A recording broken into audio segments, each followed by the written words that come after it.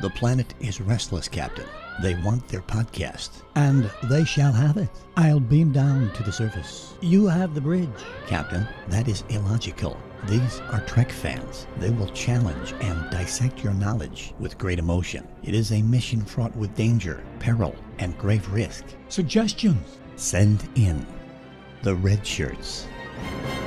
Ladies and gentlemen, it's so good to be back in the captain's chair. This is the red shirts.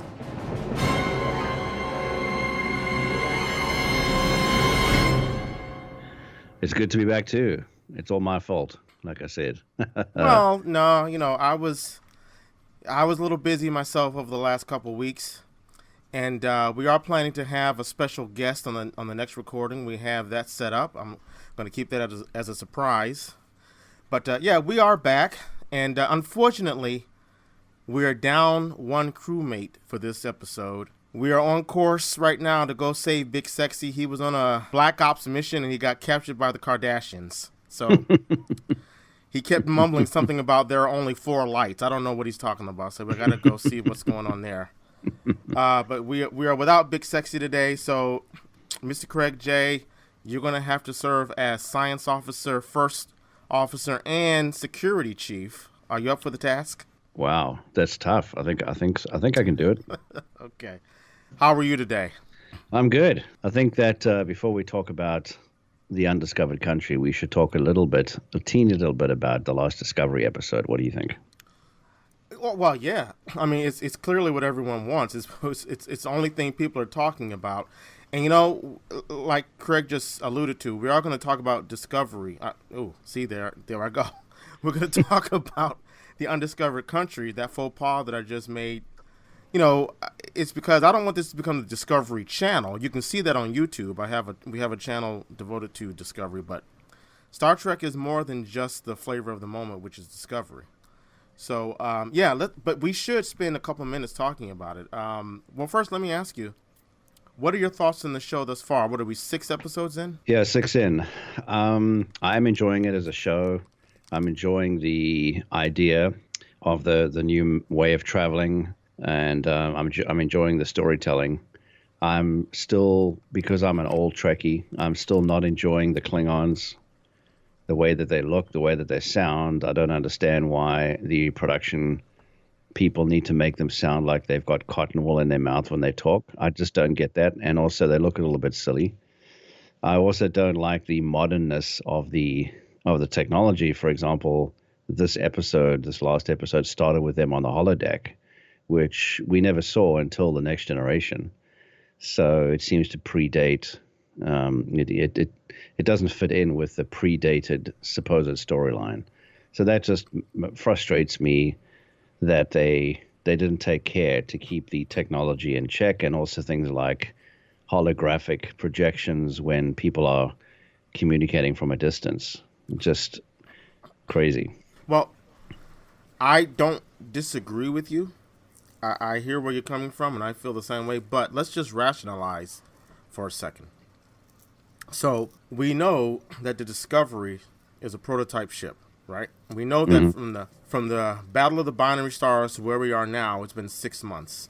Now, one could say that the Discovery, which was a science vessel and has now been conscripted into become a war vessel, that maybe the technology for the holodeck, this is it in its infancy, and only privileged members of Starfleet, clearly the Discovery members, the crew of the Discovery, and the Federation higher brass, maybe they're the only ones that are aware of it. So that Kirk, or Pike, who's now captain of the Enterprise, and then 10 years later, Kirk, they are not aware that this technology exists. Or maybe they are aware, and they just haven't disclosed it on the original series. What do you think of that? Yeah, that's a huge tale to tell. You think? Really? Yeah, I think so. But there's everything else. The look of the ship is too modern. The holographic projections when people communicate, apparently compatible between Klingon and Federation systems too. I mean, come on. No, but what do you mean by that last statement? Compatible between Klingon and Federation. Because when the Klingons were communicating with the Federation, they had a holographic projection. And so, how's that possible? How are they projecting the captain of the ship into their ship? Their systems have to be compatible somehow, which crazy. I could call. I'm sure I could call Abu Dhabi right now and on my cell phone, and we're not friends with a lot of the Middle Eastern countries, Yeah, but still holographic. Anyway, it just seems out of place. That's just this thing that still bothers me about the show. But besides the fact that something bothers me about the show, as I said, I'm enjoying the storyline. It's intriguing, although I think traveling around the galaxy on spores is just a little bit of a crazy idea that seems a little bit implausible. I understand that we're talking about a show that has warp drive and transporters, but I'm just saying. But here's one I wanted to say to you, and I don't know what other people think about this. I think that this has been bothering me since I saw it, and maybe it's a part of the plot that is going to be revealed later. But when Burnham was on the transport shuttle coming towards the Discovery, okay, do you remember how that episode started? It started when they were in the shuttle, right? And then all of a sudden, stuff started appearing on the outside of the shuttle, and somebody said, "Oh yeah, it's gonna take up all the power of the ship unless it's cleared away." And one of the crew members got out of the ship, and next minute you saw her flying away. She'd obviously lost. Then that was it. They didn't continue along with that storyline. Next minute they land on the Discovery. So there's a whole part of that story that's missing, and they just showed up on the Discoveries of nothing had happened, but they actually lost a crew member, right? And okay. So I've got a feeling this is just me. I've got a feeling that that's a storyline that might explain all of this. They were on the shuttle, and something happened on their journey, and where they are now is not the original universe or something like that. It's just odd that they never explained the fact that they lost one of the crew members like that in such a way they just cut to it landing on the Discovery. It just seems strange. Yeah, now that you mentioned that, I guess you're right. I'm trying to think. I mean, we've had a lot of red shirts die on all of the series in the past, before. Are you saying that the manner in which this crew member dies is why it deserves to be spoken more about? Well, the thing is they they just cut that storyline dead, because if you remember how the scene ended, one of the people was screaming, "We're all going to die." And, how can you cut from a scene where they've just lost, I think there were only 2 crew members, right? Weren't they, piloting the ship? So they've lost the one crew member. They've seen this person flying away. What happened to all the stuff, for example, that was eating up the electricity? How did they clear that out? And I thought well, I got the impression that the pilot, the woman who went out, she had succeeded, and then she got her line got severed. I'll have to watch that scene again, but I don't think she was successful. I think she maybe had only just started. Anyway, maybe. So that's always bothered me. I need to go back and watch and see if she had cleared off those organisms. Well, see, now here's what I like about the show. This is why I'm putting all my complaints to rest. I'm going to rationalize that the holograms and the holodeck, which was only used for battle, if they start using the holodeck to recreate, Sherlock Holmes and all that stuff, yeah, that's a gripe I'm going to have. But I can rationalize that this is a warship and it has technology that no one else in the Federation is aware of in terms of, the fleet that's deployed. But I think that what I like about the show is that we're asking these questions. There's a mystery about this show that you never got in any other Star Trek show, I don't think, because this show is serialized, and it's almost like watching Lost. I think, the appeal to me is the same. And I hope the show ends much better than Lost did. But I feel the same excitement, like what mystery is going to be thrown at me this week? Now, there are 2 new conspiracy theories that kind of makes sense. The guest that we're going to have on the next show, she is a member of Black Girl Nerds, a very popular podcast. And she is an avid Star Trek fan, and she feels that the new guy, Ash, what's his name, Tyler? Ash Tyler, I think his name is? I think so. The guy that was saved by Lorca? Oh, yes. He was in the Klingon hold, yeah. That he's actually Vok, the albino Klingon. Okay. Because the woman, I forget the woman who was Vox's mate or whatever. She says you have to sacrifice everything to regain or something, or to regain your honor or something like that. So, and the actor, this was interesting. The actor, she pointed out, has been credited as being in all of the Discovery episodes. Oh, really? Ooh, interesting. Interesting, right? The other conspiracy theory I've just heard, which I don't know if I put too much into it, is that this. I made a point in one of the videos, the latest videos on our YouTube channel, that I didn't know where the title Letha, that's what I'm calling it, how I'm pronouncing it. I didn't know what that meant. And a number of people pointed out that Letha, if I'm pronouncing that correctly, is the name of a character that appears in the original series. Oh, okay. I think Dagger of the Mind. She plays, she's in some sort of penal colony and she's a therapist. Okay. And some people are speculating that Admiral Cornwell, the woman who has an affair with Lorca, is actually going to, since she's been kidnapped by the Klingons, she's going to turn out to be Letha. Interesting. From the original series. Okay. Yes, you're right. You're absolutely right about that. I'm just looking at it, yeah. The Dagger of the Mind. And also Letha, or however you say it, was also the name of the Greek spirit of forgetfulness and oblivion. Right. So people are thinking that Cornwell's going to have her memory erased, which would make sense because I speculated that I wonder if because she became a threat to Lorca, taking his ship away, I was thinking he was going to have her done in, because at the end of that episode, the camera wanders ominously to his phaser. So I'm wondering, rather than that happening, maybe this is how he keeps his ship, because she's going to lose her memory, a memory wipe from the Klingons. Okay. Interesting. So, this is why I like the show. It's got me questioning. It's not obvious. Whereas other shows, I'm pretty sure, are somewhat obvious and really bad humor. Anyway. Yeah. Anyway. I think you're right. So here we go. Let's talk about see, I keep saying Discovery. Undiscovered Country, Star Trek 6. Yes. Just some basic information. We talked about this before. Originally, the sixth film was supposed to be a prequel, where we saw the original actors, you know, Shatner, Nimoy, Nichelle Nichols, and crew. They were going to be older, in a retirement, and we were going to have a flashback, which would comprise most of the movie, of younger people playing those roles. Now, I thought that would have been a great idea. I know you and Big Sexy were not too thrilled about that. But here we go. Faced with producing a new film in time for Star Trek's 25th anniversary, Nicholas Meyer, the director of Star Trek II, and Denny Martin Flynn wrote a script based on a suggestion from Leonard Nimoy, who at this point is an accomplished director. He had directed Three Men and a Baby. He directed the Golda Meir story, I believe. So he is now an accomplished director. So he had the suggestion about what would happen if the wall came down in space, touching on the contemporary events of the Cold War. Principal photography took place between April 16th, 1991 and September 27th, 1991.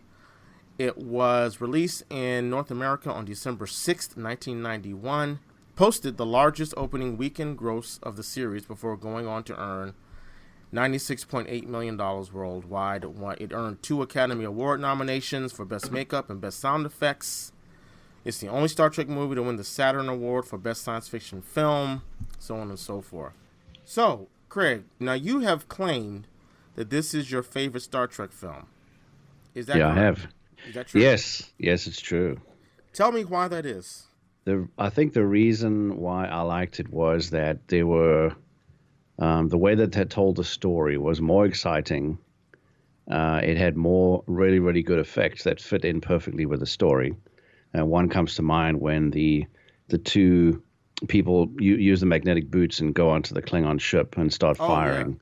Yeah. That's some great, obviously some CGI blood. And I think it's the first time that we see that Klingon blood is purple. I don't remember if that's the case or not, but I remember thinking that I didn't know that at the time. And just the storytelling, the effects in the show, the pace of the story. I think especially the pace of the story for me.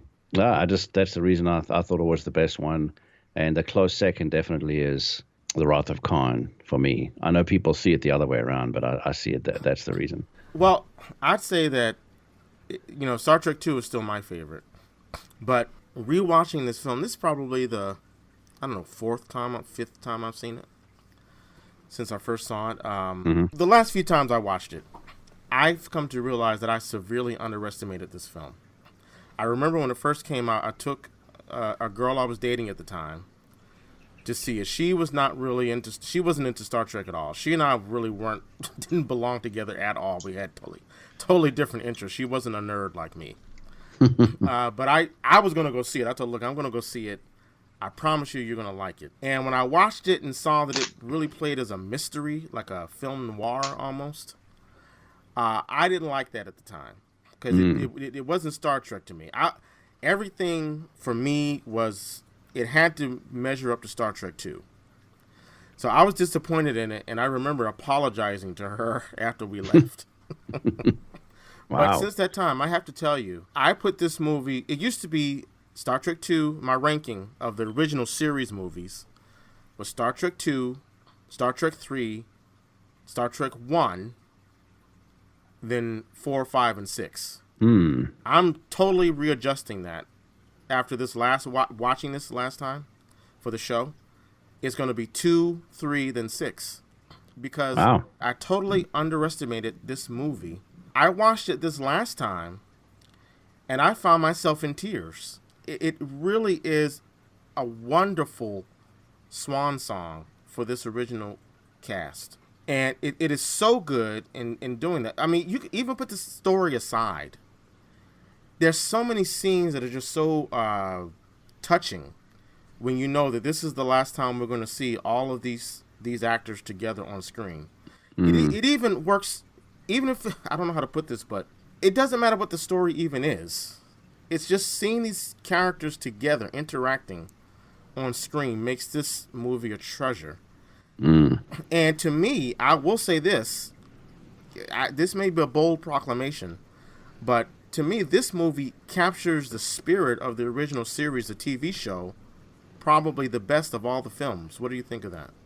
Yeah, I think so. I think that's probably why I rank it as number one, because of the way that they interact with each other as the crew. You're right. I agree with you. But there were certain aspects of this movie that were also cool. For example, we had already been watching The Next Generation by the time this movie came out. True. And so there we have this connection back or forward to The Next Generation, where we have Michael Dorn playing his father as Kirk and Bones as lawyer. That was cool. And Christopher Plummer let me ask you real quick. I noticed that character's name was Worf as well, which is kind of strange, isn't it? I understand he's a relative of Worf, but they have the same name. Yeah, I don't understand why that is. That was weird. Okay, go ahead. Because I mean, in the credits, it just shows him as Klingon defense attorney. So really, does it? Yeah. Well, I mean, if you look on IMDb and so on, you'll see it just says that. Yeah. And then, as I was going to say, Christopher Plummer's was just an amazingly cold Klingon. You know, he was just sticking it to Kirk at any way he could. I mean, listen. First of all, he was practically bald. Right. And when I saw this, I was like, I wonder if that's where they got the idea for the new Klingons that we're seeing on Discovery. But he was practically bald. He had the ponytail on the back. I was drawn into him just from that. It made the baldness almost made him look more human, and I liked that. And the other thing that made me really love that character, I believe when they beam in for the first time, the camera is on their feet, and you see these guys' heels. Yeah. And you see that cane, and then the camera tilts up. This dude has an eye patch welded into his face. He doesn't have a strap. This motherfucker got it welded onto his face. I know, right? I love that about that character. But go ahead. Finish your thought.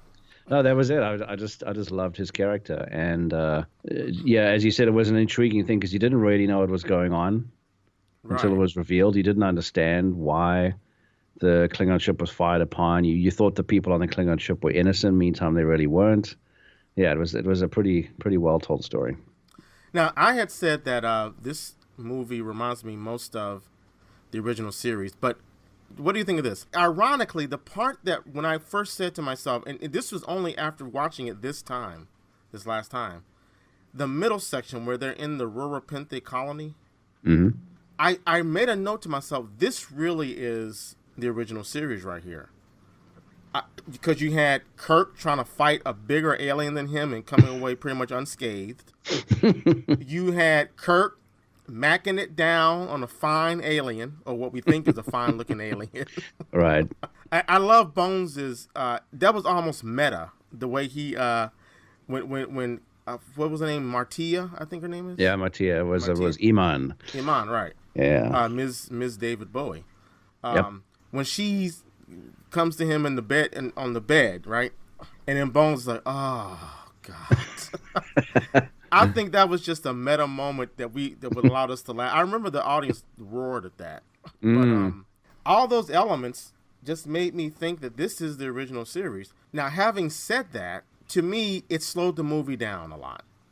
You know, Oh, okay. I think it slowed the film down. And while it was a nice little homage, I think, to the Star Trek, what do I want to say, Elan or Spirit, it didn't. I felt it was like, let's move this on, because it really didn't contribute much to the plot. Would you say that whole scene, it didn't really? You could have cut all that out, because and the part I really didn't like, which was very sitcom-y to me, is when the warden is like, oh, well, since you're going to die, I will tell you who the people are. It was, and then they beam out. Yeah. I was like, that was kind of sitcom-y. Do you agree that if you got rid of that middle part, even though it was a nice little homage to the original series, I felt, it wouldn't have mattered? No, I think we should have had it in there. I enjoyed it. I enjoyed the whole part of that. But there were a couple of plot holes that I have to say something about. One is when Kirk is walking off the bridge to go and to beam onto the Klingon ship. You know, Spock puts the transmitter on him. Right. I mean, come on. You're gonna take people to court and then put them on a planet without changing their clothes and not seeing that there's something stuck to them. That was a little bit silly. Oh, but they didn't change clothes, did they? I know exactly. No, they didn't. Oh, you're saying they should have noticed it? Yeah, I mean, and plus, why wouldn't they change clothes? They're going to do that whole thing where they take him to trial and then they take him to a planet, and they still haven't changed their clothes. I mean, is it all on the same day? Seems like it must be, but you just don't think. That didn't bother me because if you remember, well, if you ever saw the movie The Hurricane with Denzel Washington, when he goes to jail, he doesn't change clothes for the first month. I think he's there. Okay. But I will say, but to your point, that's because he refuses to, and they throw him in solitary until he decides to change his clothes. Oh, okay. But I that doesn't. I could go with that. You know, to me, it's torture to keep him in the same clothes. I mean, I like a fresh change of shirt. You know? Right. I can also imagine. Obviously, this is not true, but I can just imagine. You know, William Shatner is like, all right, now who do I want to kiss in this movie? Oh, Iman, yeah, she's hot. Let's bring her on here. We didn't make a part for her. Speaking of that, why does it have to be the black woman that offers Kirk some weed? Why? Why? Yeah. What was that? She says, this will keep you warm. I'm like, what? They smoking ganja now? What? This is what we doing? But yeah. I was gonna say, the thing for me that really won me over watching this movie this time, Craig, I don't know why I didn't see this before. To me, Leonard Nimoy steals the show on this movie. Hands down, Spock steals the show. There is one scene, the audience, when I saw this film, the audience roared at this scene. It's one shot, right? Spock is at a microscope and Chekhov is in the lab with him, and they're like, Spock says, okay, now we will expand our search to uniforms. And Chekhov says, all uniform? And Spock raises up as if to say, the f*** is wrong with you? You remember the shot I'm talking about, right? I do, yeah. Basically, this whole movie is like Chekhov's getting sunned. Because there's another scene, where Chekhov thinks he's a badass with the boots, and he says they call in the two the crew member where they found the killer's clothes. Right. And he says, well, if the shoes fit, or something like that, and then he slams them on the... They found the gravity boots, and he slams them on the wall, and Spock looks at Chekhov and points down at the guy's feet. Right. Yeah, I remember that. That was funny. Spock is just on... He's just on it. I love the way when... they're in the galley. And I have a nitpick about this, which we'll get to later. They're in the galley. And Scotty... Oh, no, they're on the bridge, I think. Scotty walks in, right? And he says, Mr. Scott. And he says, please inform Starfleet that the warp drive is disabled. Something like that. And Scotty says, disabled? No, Captain. No, Mr. Spock. It's not disabled. And then Spock looks at Scotty. If we go back to Starbase, that means we will never see Captain Kirk or Dr. McCoy again. And he just, the way he says it, I mean, I want to see a show where Spock was captain. I really do. I mean, he was my favorite thing about this movie. Yeah, I know what you mean about that. I don't know if he was my favorite thing about the movie, but I think you're right that they played up his Vulcanness a lot, and he did it very well. No question. Well, I am now reading, I've downloaded the audiobook, and I highly recommend it. Leonard Nimoy's I Am Spock. I'm listening to that now. It starts off a little tedious because he does this thing where he writes these little dialogues between himself and Spock, and in the beginning it gets a little tedious. As it goes along, it gets much more interesting and dramatic. And plus, listening to Nimoy read his book, it's you can't beat that because you're hearing because he plays Spock as well, so it's unbelievable. I highly recommend it. But he says in that book that there are two scenes that stand out for him, and I highly agree with him.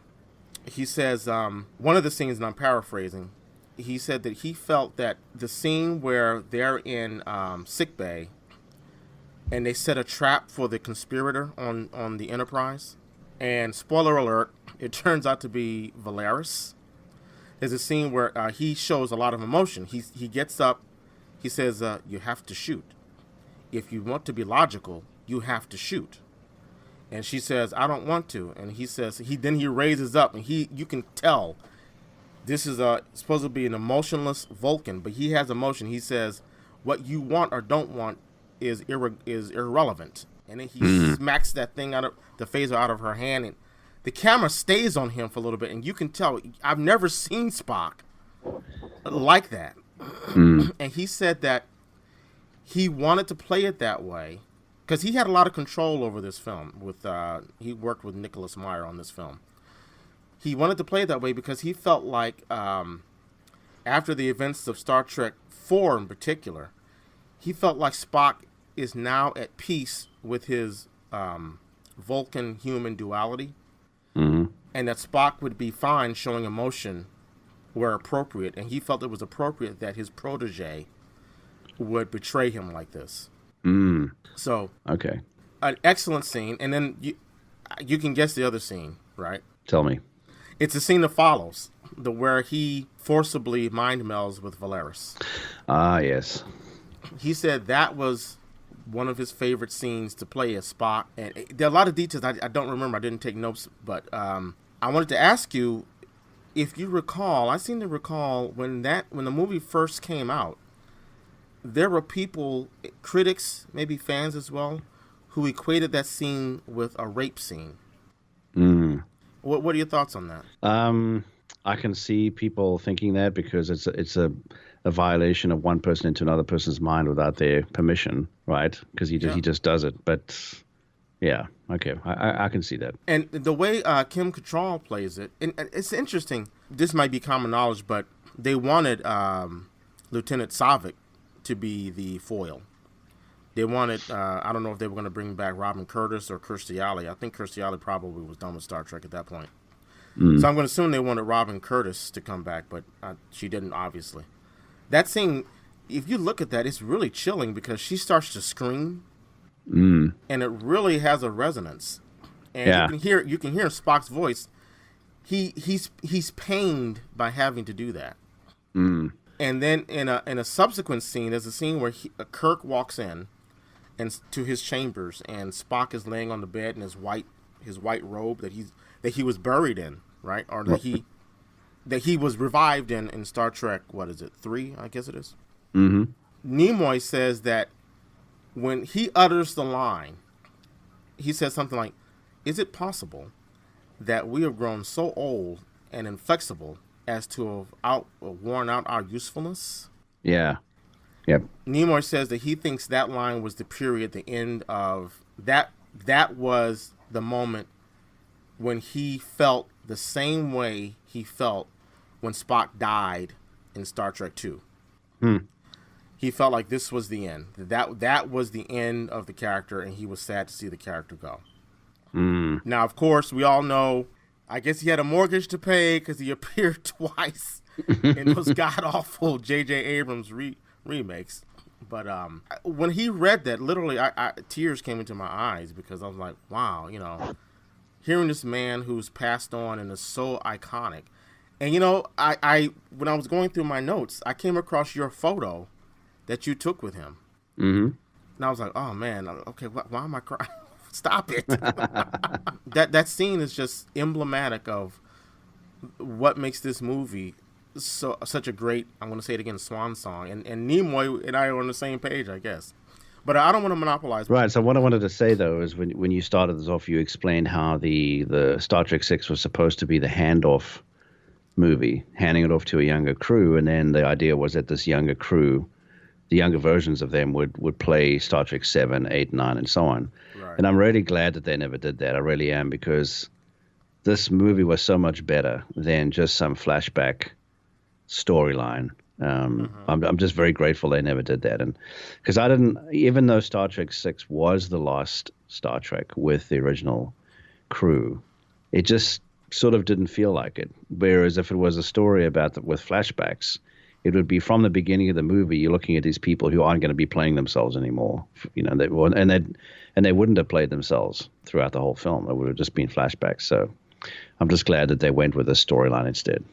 Yeah, I could see that. I'm glad they didn't do that now because I have a new appreciation for this film. However, I guess to be clear to the audience and to you as well, I don't necessarily want to see any other actors playing these characters, but I guess maybe I would have been willing to see a prequel or some sort of Star Trek film where we see what life was like in the Academy. Maybe it shouldn't have been Kirk and Bones and Spock, because as has been proven, at least to me, by the Abrams reboots, you should not try to have anyone else play these characters because it's just not going to work, at least not for me. Yeah. But I kind of wish that Kirk had not appeared in Generations, because to me it cheapens what he accomplished in this film. I didn't really need to see Kirk die. You know what I mean? Does that make sense? Yeah, I didn't need to see Kirk die. It was unnecessary. I don't understand why the movie studio, the directors or the writers or whoever wanted Kirk to die to make a good story. I don't even know the backstory about why they did that. It didn't make. We didn't need to see him die for sure. Well, I can only assume that they did that to make something feel final, to make it feel like, okay, we are now officially in the TNG land. The movies are now TNG. We can't hold hope that Kirk might appear, even though it's science fiction. Well, no, but the thing is that they would need to kill off all of the characters because Spock was still alive, Bones, Scotty, they all in the Star Trek universe, they're still alive. It's just Kirk that's not there. Yeah. It was stupid. Although, like I say, I mean, they could. If it's too late now, but they could have easily have written something to revive him because he was in the Nexus after all. So he could have, a part of him could still have been in the Nexus if you think about it. They could have written the storyline that way. And I don't know if you read any of William Shatner's books, but in his books he revives himself. Oh yeah. Then that sounds appropriate, doesn't it? But he did it in a very clever way. He did it a very clever way. And actually, in his books, he even though his books are not canon, but he talks about the precursor to the holodeck in his stories. Right. He talks about how they do it, where they're wearing essentially a full body suit that's pressing up against them and to simulate different stuff, and they're wearing a headset. So that's why for me to see the holodeck in Star Trek Discovery, just to go back to that and seeing how it's already there, where in his stories, which I read, he's talking about something in his time when Kirk was around that was not the holodeck, but it was a precursor to it. It was what they were experimenting with ahead of time. But many people may not have read that, and it's certainly not canon. I just, from in my mind, it's in there.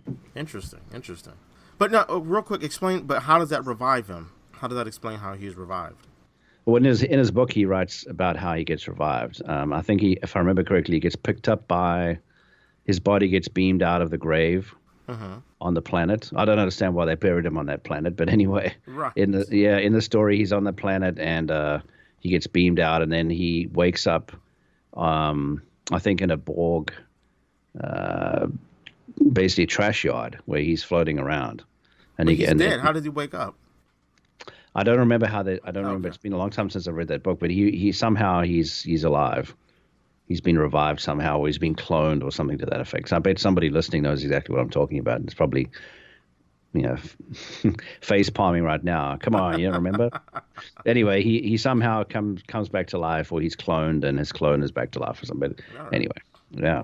Kind of like Will Riker and Tom Riker, I guess. Could be, yeah. So, all right. I just had a couple notes. I'd just love to get your thoughts on them in generally in regards to the film. Sure. We have yet a new musical theme, which I didn't really like too much. I think it was very uninspired. What did you think of the new music? Well, I haven't watched the movie for a while, so I'm actually not remembering it now. But I don't remember being put off by it. But you remember the Star Trek theme from the first one, right? From the first film, yes. Right? You remember the second one, right? Yes. There you go. Okay. And, like I said earlier, we've been talking about Discovery a lot. And it was good to see the old Klingons again, I have to say. I felt like I was going home, Yep. I like the fact that, again, there were a lot of double entendre in the film that talks about, that speaks to the fact that, this is the end of an era. There's a scene where Spock and Valeris are in Spock's chambers, and Spock refers to a piece of art that he has called Expulsion from Paradise.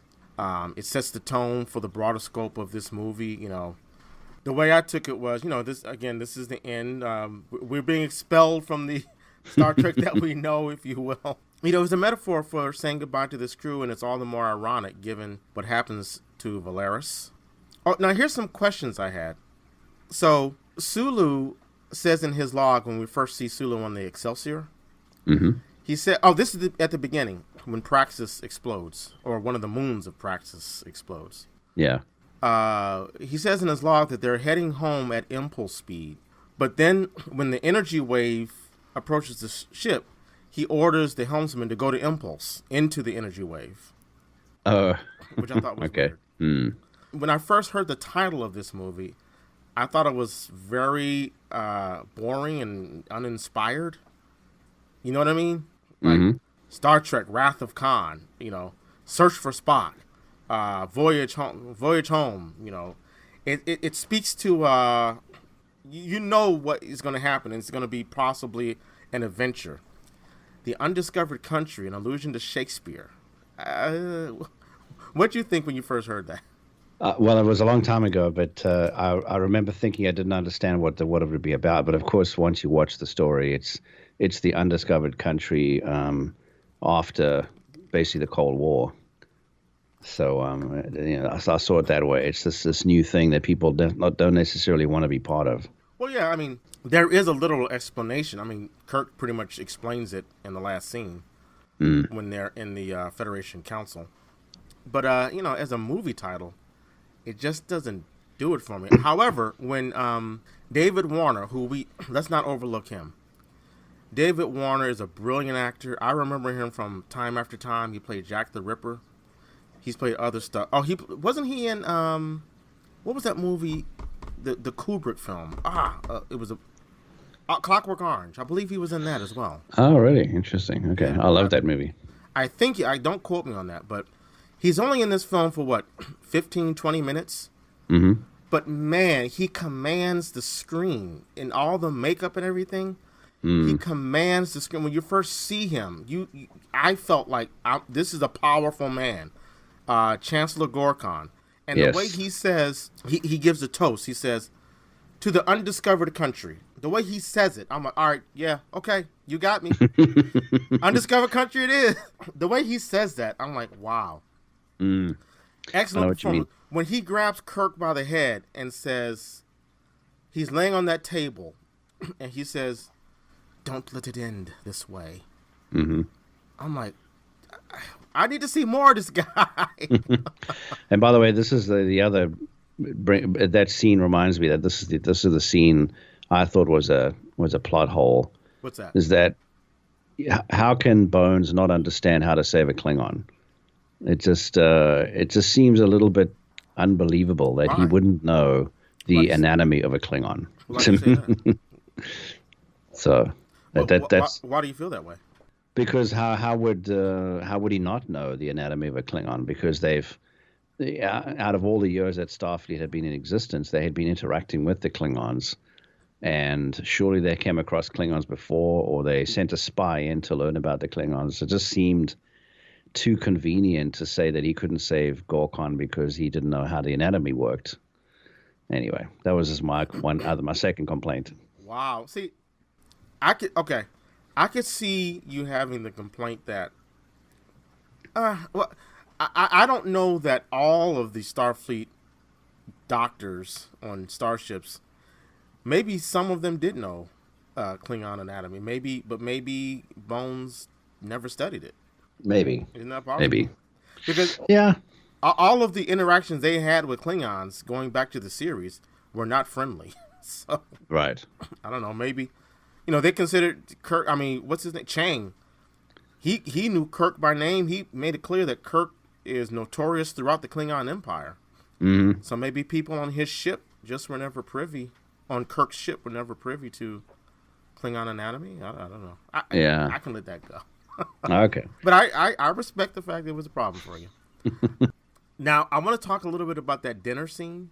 That also one of the best scenes of the film, because everyone is so stately and everyone is so regal, and when they first meet, and you see, and this is what Gene Roddenberry complained about. Let me go back a little bit.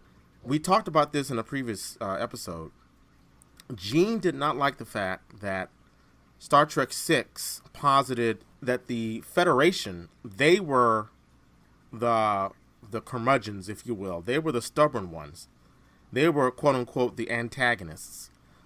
Whereas Gorkon, he was the olive branch, if you will. And Gene didn't like the Federation being portrayed that way. So when you get to that dinner scene, it really is uncomfortable. And I liked the fact that it was the Klingon Chancellor who was the bigger man, if you will. Whereas the Starfleet officers were kind of like looking at the food and like, oh, what is this? And being very obdurate. What are your thoughts on that scene? I didn't take it that way, really. I think we knew that Kirk did not want to be there because of the fact they killed his son and so on. So and he didn't trust them. But I think that I watched that scene and I thought they were just not enjoying the food because they had never eaten it before. And the Klingons, being a race that would have eaten that food and would have eaten human food, they were fine with it. So I just saw it as that they were trying their best, but they just couldn't. They couldn't stomach it. And and Chang, he kind of was an instigator as well. He was kind of picking at Kirk, a little bit. But you do think that. And don't get me wrong, I like the way the scene was played, but you do feel like the Enterprise crew, you don't see them at their best. Yeah. And of course Chang was throwing out some poetry that was it's heard best in Klingon, the original Klingon. Right. Which is ironic because Spock, for that scene, he says an old Vulcan proverb, only Nixon can go to China. Yeah. So there was a lot of Earth material thrown into alien cultures for whatever It reason. was. Yeah. The other part that really, there are two other things that I could kind of see where Gene's coming from. One of them, Gene didn't comment on.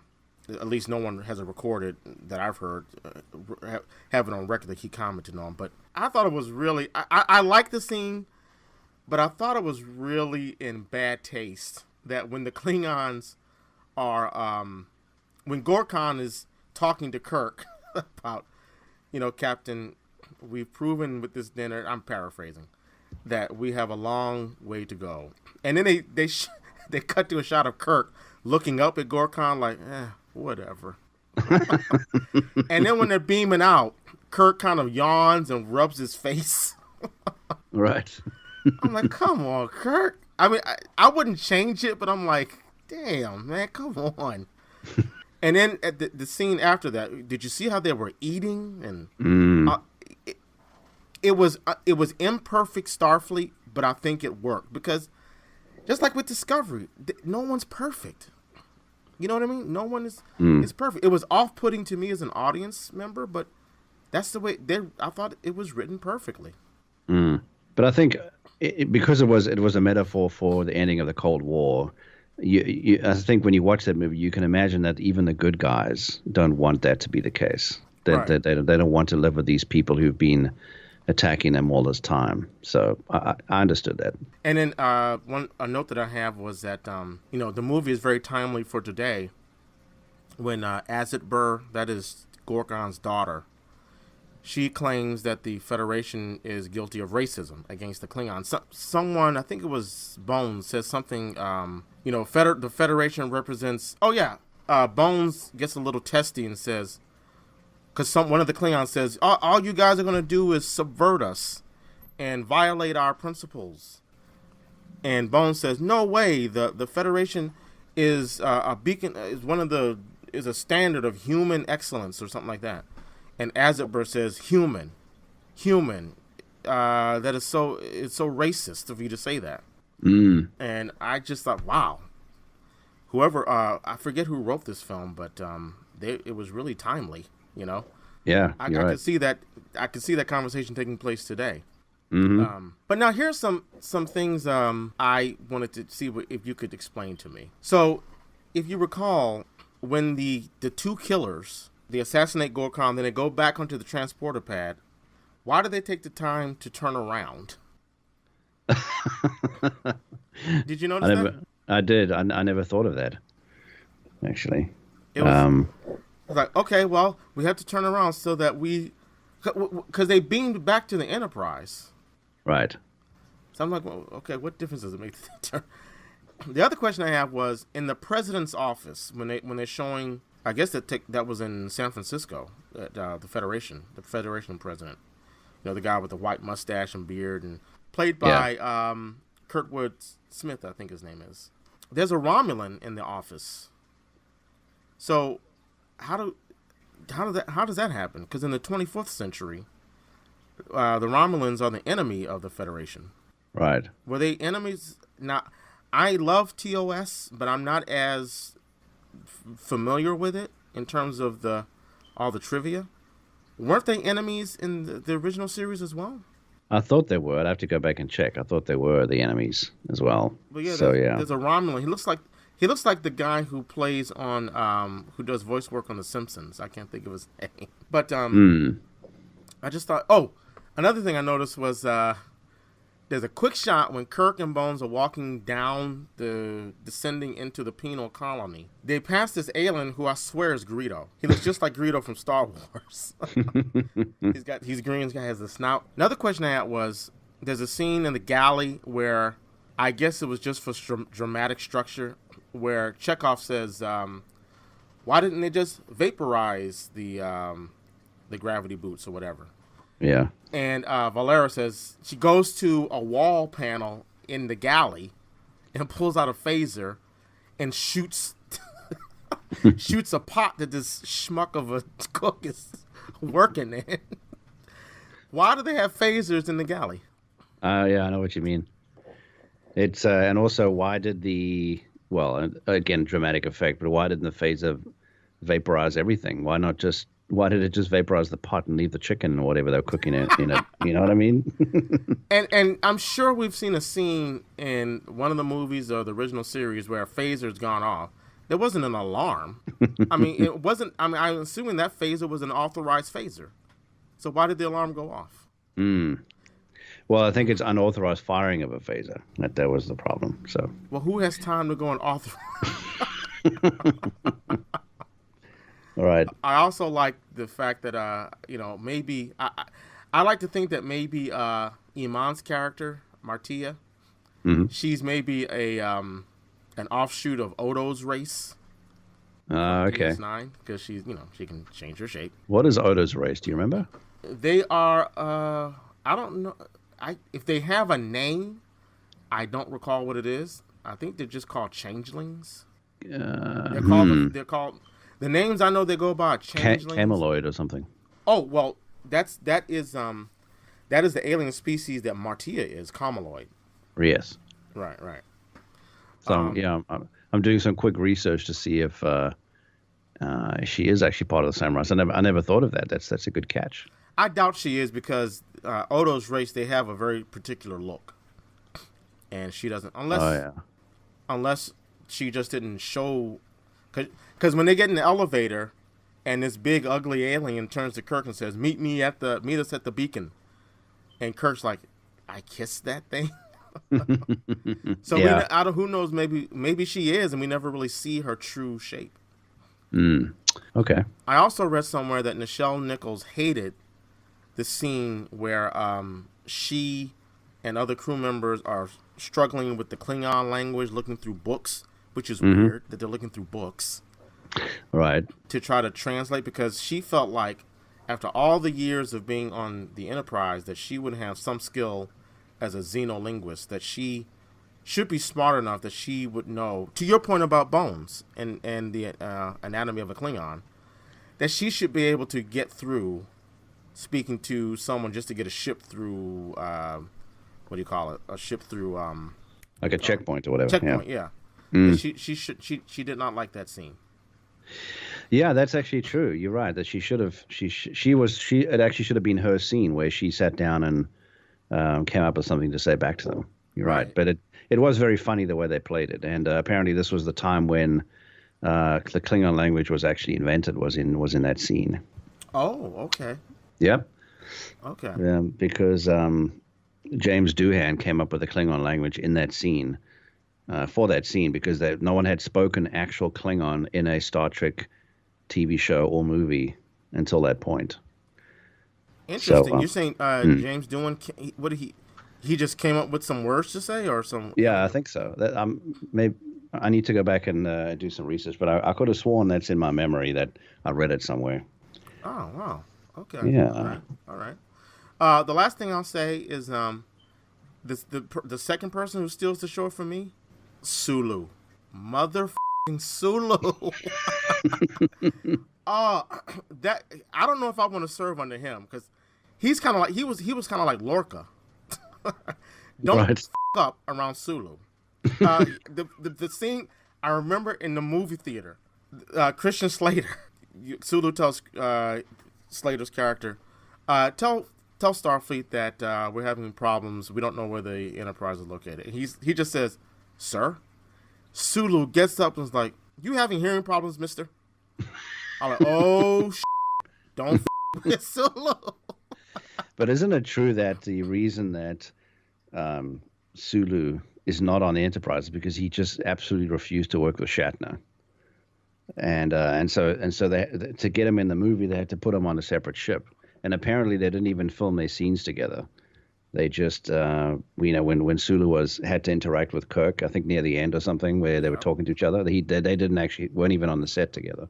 Well, so. I want to say two things about that. Thanks for ruining that camaraderie for me. Thank you for that, because I was watching. It's funny.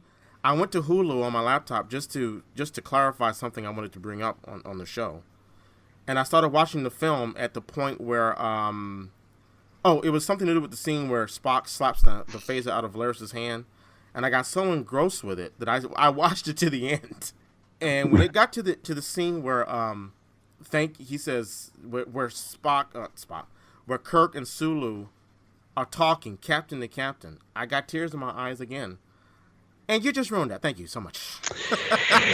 Yeah, it's well known. It really is well known. And I remember there was a on the Comedy Central they do roasts. Yeah. And they roasted Shatner the one time, and wow, Walter Koenig, he just went ballistic in there. He's Walter Koenig I'm sorry. What's his name? Why am I drawing a blank? I'm drawing. Sulu George Takei. George Takei. Yeah, he went ballistic. If you ever see that roast of Shatner, oh man, it was. I understand. You could just feel his absolute visceral anger when he was speaking. Wow. Well, I don't want to spend a lot of time on this, but I got to tell you now. I take it that William Shatner was, and if he's listening, I'm just saying what I've heard. I'm not saying it's true or not, but it's my understanding that he had sort of an ego on the set. He would take lines from other characters. He didn't like it if other people got too much shine on the show. I don't know if that's true or not, but it seems like that's a theme. But I would say that, and I love George Takei if he's listening. I love him. I follow him on Twitter. It does seem like he's taking this feud a bit far. And I don't know if Shatner knew that he was bitter, because I think the roast guests, they get to approve. Don't they get to see who's going to be roasting them? Or I'm not sure how that works. Yeah, me either. But I think that's in bad taste. But at any rate, I did know that there was a feud between them, and that the story you tell me, it does have the resonance of truth. But it doesn't surprise me, whether they were feuding or not, that their scenes would be filmed separately through the view screen. That is a testament, if that's a word, to how great of an actor, how great they are as actors, because the love between the two of them, to me, it was electric in that moment. And then to hear Sulu say, "It was great to see you in action one more time, Captain Kirk." Again, tears came to my eyes when I saw, so, I don't want to hear that. Yeah, by the way, I'm just going to revise my thing about James Doohan and the Klingon language. He did invent it, but I'm not sure it was in Star Trek 6. It was much earlier, because, even when I was saying it to you earlier, I thought to myself, but hold on, the Next Generation had been on TV for a while. So he did it during some earlier movie, I think. But it definitely started with him, and then other people took it and they fleshed it out. Well, the first time we hear the Klingon language is in Star Trek Motion Picture. Am I correct? I believe. Maybe that's where he did it. I don't have time to research it, but yes, so it probably isn't that far back. So not it's not that far forward in time. Right. He probably did it in the motion picture. Yes. And then the other scene with Sulu that I love is when they're flying to Kittimer, and the helmsman's Sulu says, "Hurry, we got to get there," and the helmsman says, "She'll fly apart." He's like, "Well, fly her apart then." Yeah, it's very good. That's awesome. Yeah, this movie, we see clips from this movie in a Voyager episode, right? The one with Tuvok, the Tuvok-centric episode. Yeah, isn't that where? Yeah, you're right. Because of course he appears on the Excelsior, right? Right. But he's not a Vulcan there. Obviously, at that stage, he wasn't a Vulcan. But Tuvok, if you follow the events of Voyager, I think the episode was called Flashback. He is a Vulcan on the Excelsior. Oh, okay, I don't remember that. Yeah, that was the whole basis, because through a mind meld, he brings Captain Janeway onto the Excelsior. Right. Where he's serving. Mm-hmm. Now, unfortunately, and clearly, they can't retcon that film. They can't do a George Lucas. I'm glad they didn't do a George Lucas where they go back to Star Trek 6 and put him in a walking across the frame shot or something like that. But no, if you look at the Voyager flashback, it's clear that he's on the Excelsior as Tuvok. I know that he was on, because obviously Voyager was filmed much later than Star Trek 6, but I could have sworn that he didn't have Vulcan ears, and so again, I'm going by memory, but I think in the flashback, he explains that he was undercover, and which is why he didn't have the ears. So because that essentially explains the fact that he was there in the first place. Because obviously, what I was trying to say to you is obviously in Star Trek 6, The Undiscovered Country, he hadn't been cast as Tuvok yet, so he was just a random crew member. But then when they did the story tie-in, they really tied it in nicely where they explained that, yes, it is actually Tuvok that's actually on that ship. So I remember really being impressed with that episode. I don't remember that at all. I remember him saying that he served under Captain Sulu as Tuvok, that he wasn't undercover. The only time I remember Tuvok being undercover, and we're not going to spend a lot of time on this, but he was undercover with the Maquis before they boarded Voyager. But okay, we'll check that out. I think we need to definitely research that and come back and on the next episode and bring it up. Well, this will be our new course correction for the next episode. That's right. Just a couple other questions. So when the Enterprise approaches Khitomer and Chang appears in the bird of prey that can fire while cloaked. And I love the way Sulu says, "Surely not." But when they're attacking the Enterprise, and the Enterprise's shields are up, it seems like there's a lot of damage. It still is happening, even though the shields are up. Did you notice that? Yeah, I know what you mean.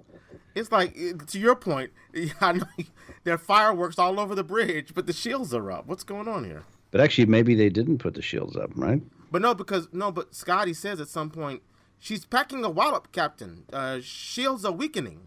Oh, okay. Yeah, so that was weird. And the last thing I'm going to say is a nitpick of mine is, you got a full complemented Enterprise. A full complement is on staff on the Enterprise. And Spock turns to Bones and says, "Excuse me, Doctor, would you care to do surgery on a torpedo for me?" I'm like, don't you have any crewmen that can do that? Why is the first officer and the medical officer going to work on a torpedo? Yeah, I know what you mean. Interesting, yeah. So let's summarize our feelings about Star Trek 6. I'll let you go first. Okay, I still think it's the best Star Trek movie. I'm not sure anybody will change their mind unless they have William Shatner coming back in another Star Trek movie, which is set in the original series timeline. But I still enjoy it, and if I get a chance to watch it, I'll watch it. Well, it's interesting. Something else just came to mind. You say that, and I don't begrudge you this. You say that this is the best Star Trek movie, and now that I can appreciate it, I could see someone saying that. I don't agree. And what I find interesting is that one of the reasons I still like Star Trek 2 better is because Star Trek 2 has maybe this is not why I like it better, but what's interesting, Star Trek 2 has a clear villain, antagonist. Now, I say that to say what makes Star Trek 6 brilliant is that there is no villain per se. You know what I mean? Right. The villain is a conspiracy or a cable of conspirators in this film. Right. Yeah. The main villain truly is an existential one, and that is the fear of change. That's the villain in this movie. Yeah, you're right. It is. I mean, you could say Chang is the villain, but he really is only in the film, 10 minutes, 15 minutes? So you got to really give it to the writers that there was no clear... I mean, it really speaks to the fact that this is like a film noir. You don't know who the bad guys are until they're, quote-unquote, in traditional, Hitchcockian or thriller cinema, until the villains are unmasked. That reminds me, Craig, do you have any knowledge off the top of your head? There's a scene where Scotty shoots the Klingon at the end and he falls down. He gets shot and falls through the glass and hits the ground. Oh, yeah. And they unmask him, and I forget who's under the mask. But I forget now too. I seem to recall that they added that scene for some reason. You have any memory of that? No memory of that. I don't remember who was under there. Yeah, but I think they didn't want the Klingons to be so... He was unmasked. I can't remember. We'll have to pick that up in another episode. Yeah, for sure. Or if anyone remembers for sure, please leave it in the comments. I watched this movie 2 weeks ago for the show, and we had to delay, so I've forgotten a lot of things. But I'm sure someone will let us know. So, yeah, I have to say, I have to issue my mea culpas. I hated this movie when I first saw it. Well, I'm not going to say hate. That's a strong word. I didn't like it. But now that I have grown to love Star Trek even more through watching TNG, Voyager, and now DS9, and watching the movie again, I can appreciate what this film really was saying to me. It was about change. It was about change on the level of the films, that we're going to see a new crew, which was, I don't know if that's more heartbreaking for me than the other level of change this movie talks about, and is being how people, us as humans, we fear change. So it speaks on so many different levels. I think it's one of my most favorite performances by Nimoy as Spock. Nimoy put in some good stuff in TNG as well. And so I got to say, this is my third favorite Star Trek film. It used to be, let me say, it's my third favorite of the TOS films. Okay. It used to be my sixth, but it's gone up to my third. So So there you have it, people. Now, Craig, you want to say something?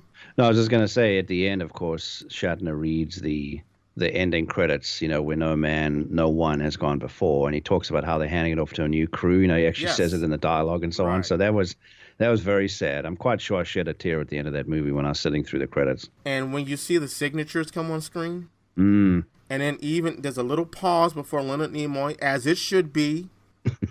I love my sister Nichelle, but come on. She got some shine, but there should have been a little pause for Leonard Nimoy. And then there was an even bigger pause for William Shatner, because people, let's just face it. I've said this before, I'm going to say it again, Craig. I might say that Picard is my favorite captain, but that's only because I'm excluding Kirk. He stands alone. I'm going to say this right here and now. If not for William Shatner, Star Trek would not be where it is. I agree. I said it. We all know that, okay, Star Trek the Motion Picture almost sunk Star Trek. And you can say the second person that saved Star Trek was Nicholas Meyer. Well, maybe the third person. The second person may have been B. Joe Trimble with the letter writing campaign to give Star Trek a third season on TV. Who I met, by the way. Go to YouTube and you'll see that video. Yeah, I was going to say, you met her. I mean, did. Wow. Awesome. And her husband as well. But William Shatner is the cornerstone, right next to Gene Roddenberry for this show. And that is debatable, because in reading his Movie Memories book and reading Leonard Nimoy's book, I Am Spock, Spock was a fan favorite. I mean, he talks about, publicity appearances where he was only expecting to see a couple hundred people. And in one performance, there was 3,000 people. They had to get him out of there. But I'm telling you, if you say Star Trek, if you're my age, if you're Craig J's age, if you're Big Sexy's age, you say Star Trek, you can't say that without thinking about Captain Kirk. The thing is, the way he does it is he rarely sells it. Because if you think about it, it was a really cheaply made sci-fi TV show, but he sold it. Every episode, he sold it. Yeah. So it just drew you right into the show. And you didn't care that it was a cheaply made sci-fi TV series. So, yeah, that was it. That is correct. Now, before we leave, I have a little bit of trivia. Okay. We have some trivia. Now, ironically, or not ironically, but maybe coincidentally, you already answered one of the trivia questions. The first question was going to be, what alien species is Martia? And as you adeptly, well, I give you points for this. You said cameloid. Yeah. It's cameloid, but I will give that to you. Okay. All right. Now, here's the next question. Second question. Under what article of interstellar law was Chang able to place Bones and Kirk under arrest? I would not know that. That's, unfortunately, that's too much of a tiny part of the movie. Okay. Well, he says it very clearly. He says it right after after Bones crushes the Gorkon's chest. on the table. I tried to save him, man. And I love the way Chang, Christopher Lee just calmly says, under Article 184 of Interstellar Law, I am placing you under arrest. So it's Article 184. Now, one thing I wanted to say about that is, you remember when they were standing on trial and they held those things to their head, which would do the translations? Yeah. Now, they look very, very cool in the movie, but have you ever seen what those things actually look like? Because I've seen some eBay things where they sold those as props. Yeah. They look like crap. They look like they were thrown together by a 3-year-old. But in the movie, they look totally different. Must be the lighting and everything. It's called lighting. Oh, man.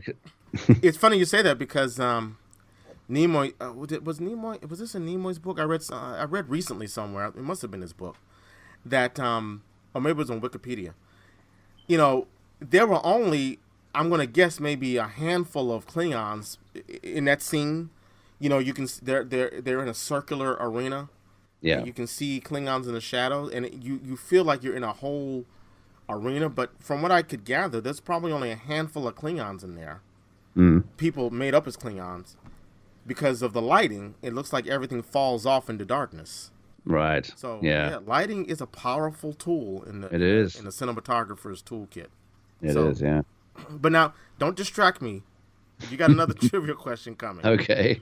All right. Now, you should know this, okay? Even though it's said very quickly, it was a critical point in the film. What are the names of the 2 Starfleet crewmen who assassinate Gorkon? I don't know. Oh. I don't know. What is it? What are they? Burke and Samno. Okay. Come on, that's a hard question. No, it's not. Very hard. Yeah, wow. Even if I just watched the movie 10 minutes ago, I wouldn't have remembered that. Okay. I don't know. I think I'm going to have to send you down to Neelix and put you in the galley for a little bit. I'd like to see some comments on that. Was that a fair question or not? Well, hey, bring it on. All right. So there you have it. Craig, any last comments or any on anything, Trek? Anything you want to say, or before we? No, I'm probably going to make you annoyed, but I'm still enjoying the Orville. Oh God. And I didn't watch the last episode yet, but the previous one where they came across this ship, which was big enough to be a planet, and the people on board believed that they were living on a planet. Very, very clever episode. And of course, the ship looked like a turtle, which you know anything about how some religions believe that the whole universe is on a turtle and so on. Very clever episode. So it's still enjoying it. It's just a fun little show. So in other words, they stole from the Relics episode of TNG. Yeah, I'm sure they did. Where they came across a Dyson sphere. Yeah. But you should watch some episodes of the Orville. It's just a fun little show. You can't take it seriously, but it's just a fun show that's got some interesting themes and they tell a good story.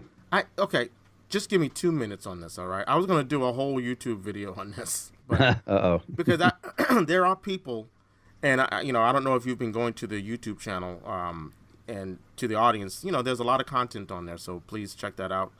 Go to YouTube, search under Red Shirts, the Star Trek podcast. I can't watch the show on general principle. And I know people are going to say I'm being stubborn. And I know people are going to say that, well, there are a lot of Star Trek alumni that are working on the show. That doesn't make it any more palatable to me. I just can't support that show because, number one, I think the humor sucks. And number two, it wants to be Trek and it's not. So it just steals Trek's ideas. It's interesting you say that because I'm not seeing it as a Star Trek replacement in any way. I'm seeing it as a homage to Star Trek. And yes, the humor is not that funny. Maybe it'll get better. There's not many laugh out loud moments, but there's funny moments. And they tell interesting stories, I think. They tell the stories that the Next Generation, the original series, would have told if they were on TV now. But they're not, and no one wants them to be back on TV. But the Orville tells those same kind of stories. It's just a As I say, I don't see it as a replacement for Star Trek in any way. I don't think that's what they intend, but it's an homage to Star Trek, and that's why, as I said, as you said, there's so many Star Trek alums working on that show. So why can't it be a show that is not so clearly trying to be Star Trek? Why can't it just be? Why can't it be like a? And I'm not saying it should copy any other show. Why can't it be a Firefly or what's that other show? On Sci-Fi, not Galactica. Battlestar Galactica. No, was a good... not that one. But there was another Caprica. Oh yeah, well Caprica is part of Battlestar. Yeah. Oh, is it? Okay. I don't watch that. It's the planet Caprica. It's the planet, one of the planets. But I think it's because Star Trek has got the widest appeal. Right. See, you keep hitting on you along with everyone else keeps hitting on why I can't watch the show. It's so much like Star Trek. If that is the main reason I should be watching, I think that's insulting because you keep telling me because it's like Star Trek. Mm. Well, that means they ripped off Star Trek. Yeah, but they're not doing it in a malicious way, though. I don't see it as being malicious. Yeah. When Seth MacFarlane ripped off Simpsons, he didn't do it in malicious. He didn't do it in a malicious way either. But... Right. No, I know. But he made it successful in its own right. So, yeah. All right. Well, you know what? The premise you just told me of that episode where you said these people think they're living on a planet. Yeah. That is interesting to me. So, and I did get a request on the YouTube channel. You know, it was a request to the podcast we did about Orville One and Done, which clearly it's not one and done. Clearly, they said, "Could you watch it again and give another review?" So maybe I'll do that. I'll watch. What you don't remember the title of that episode, do you? No, I don't. I'll find it. But I'll do that begrudgingly, and I'll give an honest opinion of it. Yeah, I think it was clever. It was also clever because it talks to the religious, how people are always looking for a god to explain what's going on, as opposed to just believing that it's just randomness in real life. So it's a very confined way of telling the story because these people are living on a starship, and based on memories thousands of years old, they believe in a god, which was you'll understand when you watch the story. He wasn't a god, but they got the story wrong. After thousands of years, they got the story wrong, and then they're viciously protecting this religion and this person who is not a god after all. So it was an interesting story to tell. There was another TNG episode that reminds me that we talked about it, where we talked about whether or not it was a violation of the Prime Directive, where this alien race is living in the holodeck. They think they're living. Oh yes, I remember that episode. I'm gonna watch it, but again, I just can't fathom, or I can't countenance the perceived theft of ideas. and here's the thing, as you're telling me these stories, I can pinpoint where I remember those in the Berman Trekverse. Okay. Mm-hmm. And as I keep hearing more, it's like, you know what? It makes me more resolved to liking Discovery. And the fact that it is so, people claim, perhaps rightfully, that it's so much not like Trek. And to me, it's like, well, you know what that means? That means the producers of Discovery have moved on, and Seth is giving us rehashed versions of a cherished memory that if I want to see it, I want to go back to the source. Right, yeah. And I know what you mean. It's the same thing, no offense. It's the same reason I just don't think I can watch Stranger Things. Oh, wow. No, come on. Why can't you watch Stranger Things? It's not stealing from anybody. Well, no, you're right. It's not. Wow, we talk about a course correction. Yeah, we've gone off topic here, but I'm actually, there's very few shows on TV that have totally captivated me. One is Lost. Yeah. Lost I lived in the Lost universe for 6 years, and I absolutely adored that show. It was so cleverly written, acted. It was just amazing. I don't know what to say about that. The writers of that show knew exactly how to write these intriguing stories without giving away things. Then there's the next one that was Stranger Things. That show just drew me right in. It was an amazing just an amazing TV show. So I'm busy watching the second season right now, which just dropped last night, I think. But I'd love to know why you don't want to watch Stranger Things. Now, did they drop all the episodes at once? All at once. Yeah, it's not going to be like Star Trek where it's once a week. Netflix just puts them all out there at the same time. Right. Now, I'm sorry. I'm kind of sorry I made the comparison at this point, but because maybe it comes off a little bit flippant, but it is the same. One of the same reasons I can't watch Orville. I watched the debut, the pilot, I guess you will, if you say, of Stranger Things, and I found myself thinking, well, okay, there are scenes that just are blatantly. They're not homages. They're just blatant, beat by beat from movies from the 80s. E.T. There's a scene in the kitchen where they're playing an RPG, like a Dungeons and Dragons type of game, and they're running outside, and I'm like, well, I don't want to see. It's like watching the shot for shot remake of Psycho that Gus Van Sant tried to do. Why? But the thing is that if you don't, look, I don't know if they are shot for shot scenes. Maybe they are, but the thing is, it portrays the '80s look and feel beautifully, and I almost think it's almost like it's done like a Stephen King story. It even takes King or Stephen King. Okay, I thought you were going to say Steven Spielberg. No, Stephen King. If you read any of Stephen King's books, I think you'll know what I mean about Stranger Things. It's written like a Stephen King story, and it even takes place in Maine, which of course where all Stephen King stories take place. And it's brilliant. I think it's brilliantly written, brilliantly acted. The '80s themes are just amazing. It just pulls you right back to the '80s. And so even if they do have some scenes that are shot by shot, it's not the whole story is like that. So maybe they are paying homage to certain things from the '80s. But I love it. I'm enjoying the second season as well. And to be clear, I'm not suggesting that they're doing shot for shot, remakes of '80s movies, but it just felt like they were borrowing too much. Like, okay, for example, I enjoyed the first two acts of was it Super 8? Which was to me an homage as well. It felt like an homage because of the tone. Not because they were doing, well, let's take this scene and put a spin on it. Let's take this scene from that movie. Now, the movie fell apart for me at the end, but up until that point, to me, that is what I enjoy. It felt like an 80s Spielberg film, but it wasn't obviously, I couldn't say, oh, that's E.T., that's Jaws, that's Close Encounters. I couldn't say that, but I felt like I was watching an 80s film. Does that make sense? I don't know. I don't get the same feeling. It feels to me like I'm watching an '80s TV show, but I don't.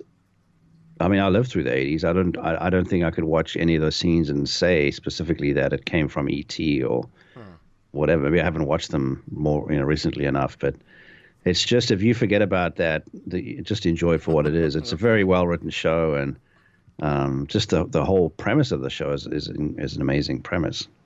And isn't there? I think I left off. Did I watch the second episode? I remember leaving off where they find what they think is a young boy, but it turns out to be a girl. Yeah, 11. 11, right? Her name is 11. Yeah. That's where I left off. So you need to watch the rest of the show then, because you've really just barely scratched the surface of what the story is about. All right. So yeah. 11 is her name, and it turns out that she was the 11th experimental child. Well, don't give it away. No, I won't, because it's that's not giving anything away really. But that's why her name's 11. Okay. Yeah. All right.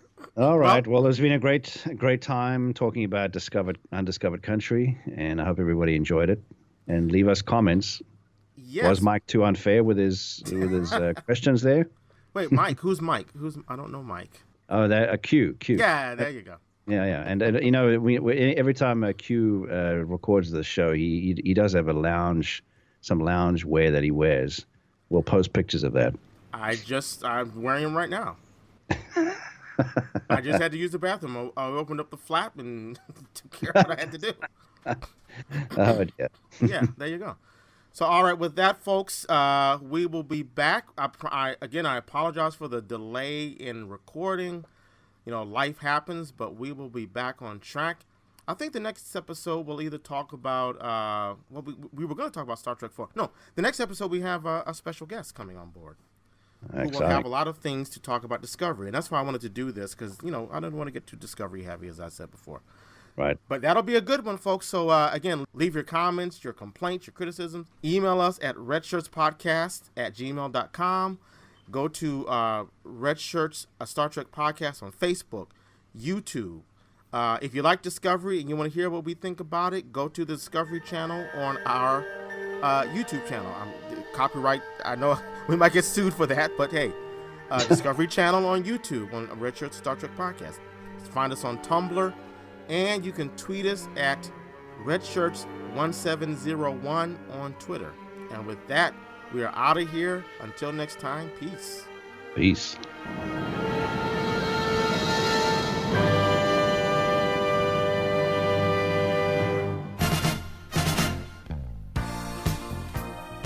Red Shirts is not endorsed by Paramount Pictures, Viacom, or CBS. It is intended for entertainment and informational purposes only.